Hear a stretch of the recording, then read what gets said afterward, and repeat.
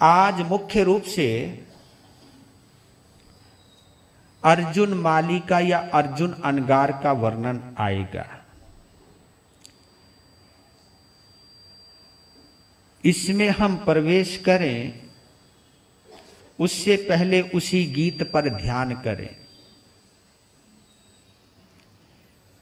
ये गीत देखा जाए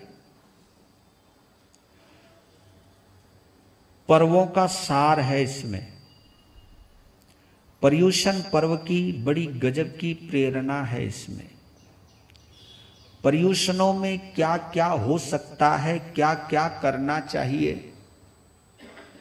एक कवि ने पूरे 8 दिनों की संकल्पना करके ये गीत की रचना की है, जो हम रोज बोलते हैं। आप सोचते तो होंगे ना कि नए नए गीत नहीं गाते।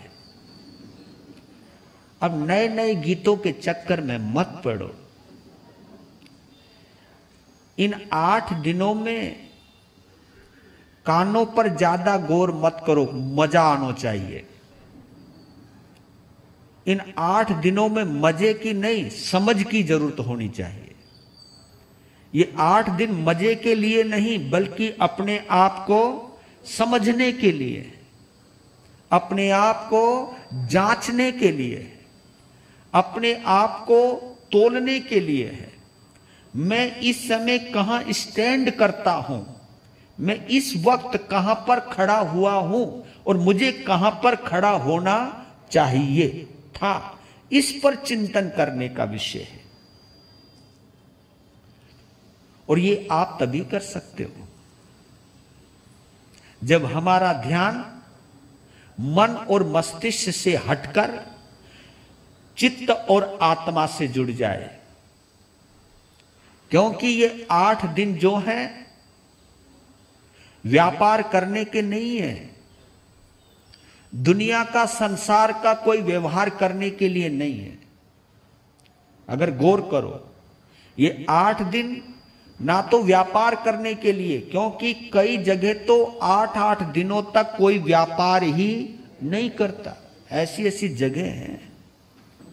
और ऐसे भी महाबली देखे मैंने कि 2-2 महीने तक व्यापार नहीं करते, कि वहां जाऊंगा, झूठ बोलूंगा, नाप तोले में गड़बड़ होएगी, मैं इस लफड़े में पड़ना नहीं। मैं पूरी तरह आत्म चिंतन करूंगा, जिनवानी सुनूंगा, ध्यान धरूंगा और अपनी आत्मा को संभालूंगा। यानी जब हम मन मर्जी करते हैं तो हम दुनिया के अंदर होते हैं, लेकिन जब हम आत्म हित का चिंतन करते हैं, केवल आत्मा की सोचते हैं कि मैं किस तरह अपनी आत्मा को बलवान बनाऊं, किस तरह धर्म से जोड़ूं मैं अपने आप को और धर्म का आनंद लूं मैं, ये भाव जब आते हैं तभी हम धर्म की सम्यक आराधना करते हैं। और ये सम्यक आराधना करने के लिए ही पर्व आते हैं। तो बोल लीजिए एक बार, आत्मा को दे बल, आत्मा को दे बल, पर्युषण है निर्मल, मन से मनाओ जी, लाभ उठाओ जी, मन से लाभ उठाओ जी, आत्मा को दे बल, पर्युषण है निर्मल, मन से मनाओ जी, लाभ उठाओ जी, मन से मनाओ जी, लाभ। प्रभु वाणी ध्यान से, प्रभु वाणी हो लगाव ज्ञान से, हो लगाव मोह को मिटाओ जी, लाभ उठाओ जी, मोह को मिटाओ, लाभ उठाओ जी, आत्मा को दे बल, पर्युषण है निर्मल, मन से मनाओ जी, लाभ उठाओ जी, मन से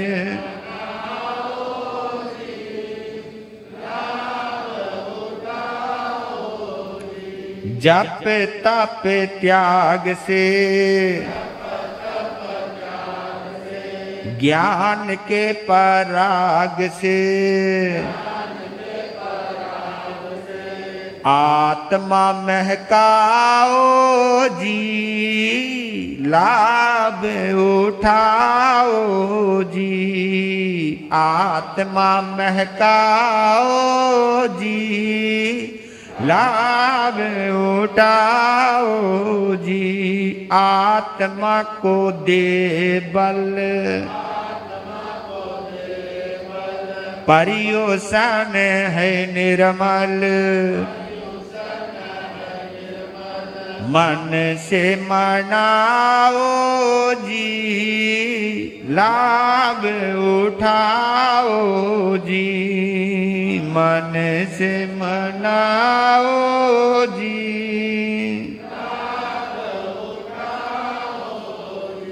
सो विचार हो हरे, सो विचार हो हरे, श्रद्धा जल से भरे, श्रद्धा जल से भरे, मेघ बरसाओ जी, लाभ उठाओ जी, मेघ बरसाओ जी, लाभ उठाओ जी, साधना का पथ ले, साधना का हौसले का रथ ले, हौसले का बढ़ते ही जाओ जी, लाभ उठाओ जी, बढ़ते ही जाओ जी,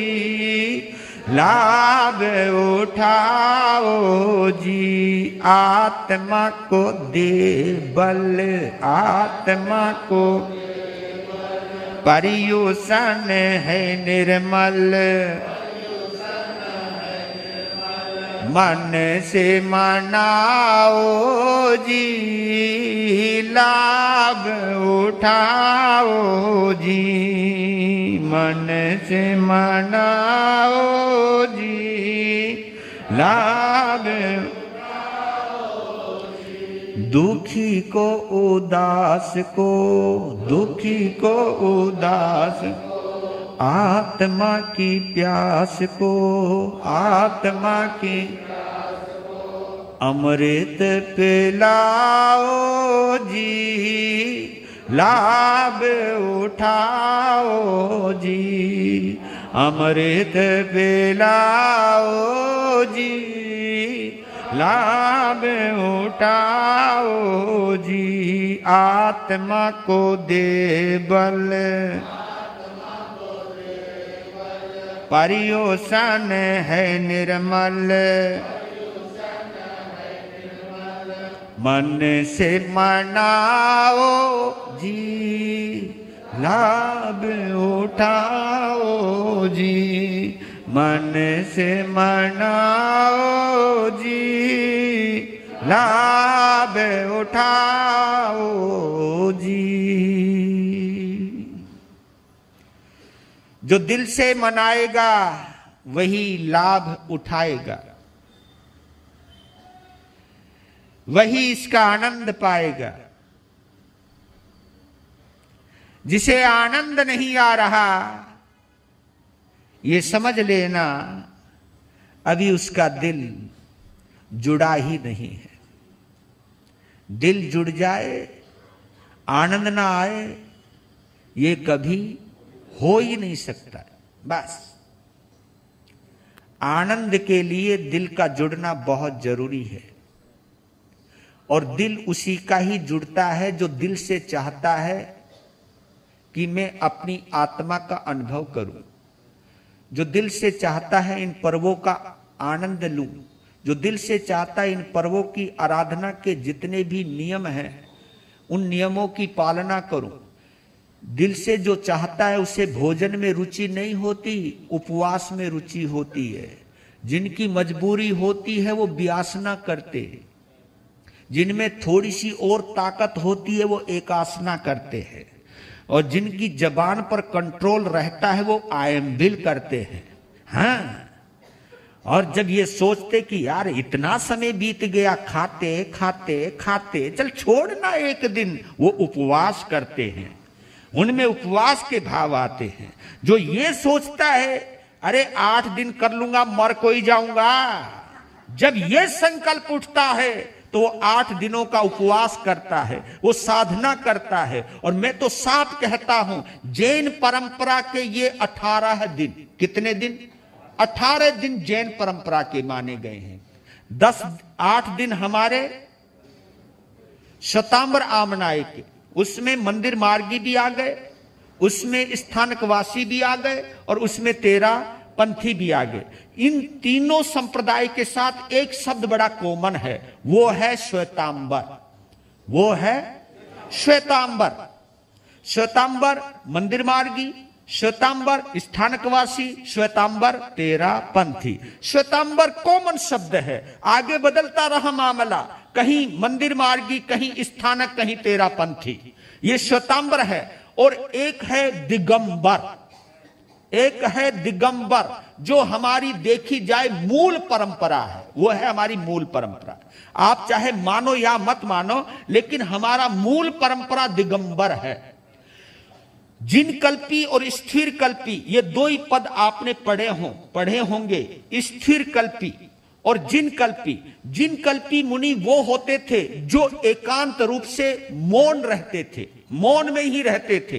फिर एक चक्कर ये उठने लगा कि जब कोई बोलेगा ही नहीं तो धर्म के बारे में बताएगा कौन?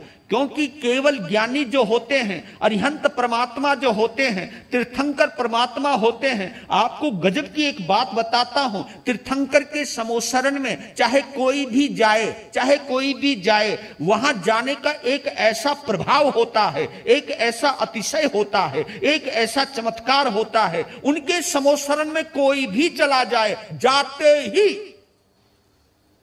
व्यक्ति को अपने 7 जन्म दिखाई देने लग जाते हैं। जाते ही उन्हें कुछ सुनना नहीं पड़ता, जाते ही उनकी छत्र छाया में, उनकी वाइब्रेशन में, उनकी किरणों के बीच में, उनके परमाणुओं के बीच में, जैसे उनके परमाणु हमारे औदारिक शरीर को भी छूने लगते हैं, वो हृदय तक पहुंच जाते हैं, मस्तिष्क तक पहुंच जाते हैं, चेतना जागृत हो जाती है। केवल उनकी उपस्थिति का चमत्कार बतला रहा हूं मैं आपको।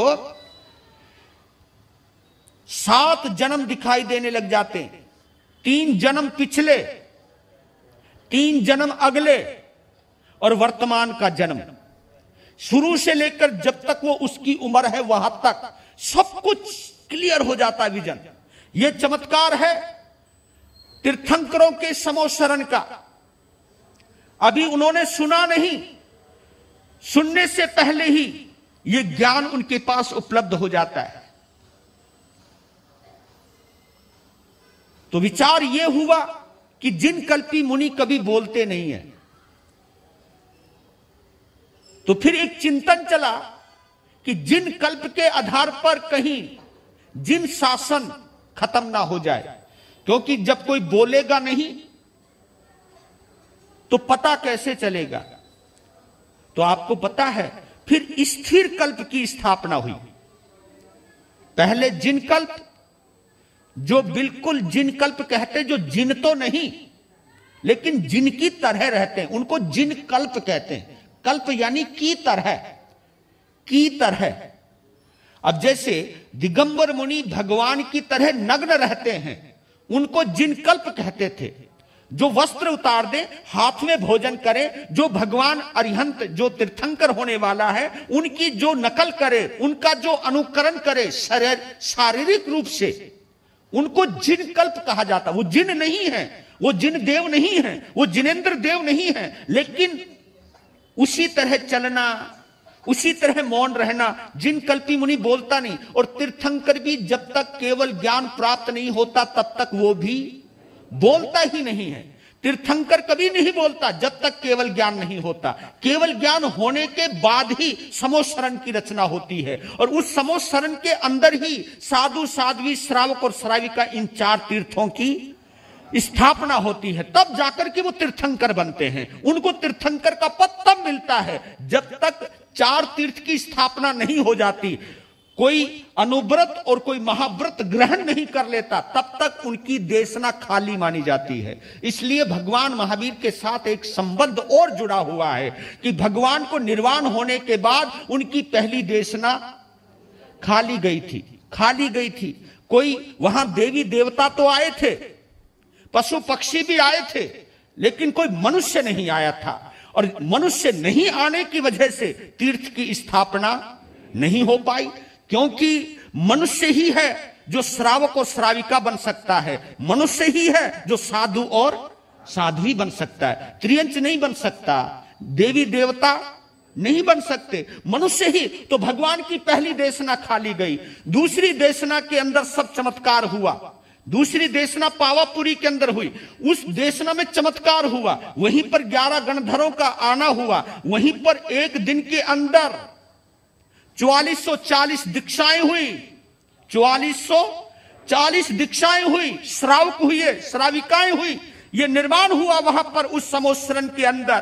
तो मैं कहना यह चाहता हूं कि जिन कल्प मुनि की अवस्था को देखकर चिंतन किया गया कि जिन कल्प के आधार पर जिन शासन नहीं बचेगा, क्योंकि आगे छद्मस्त काल आने वाला है, तीर्थंकर रहेंगे नहीं, और साधु अगर बोलेंगे नहीं तो सुनाएगा कौन, और सुनाएगा नहीं तो सुनेगा कौन, और सुनेगा नहीं तो धर्म को जानेगा कौन, और जब जानेगा नहीं तो उस पर अनुकरण, उस पर अनुसरण चलेगा कौन।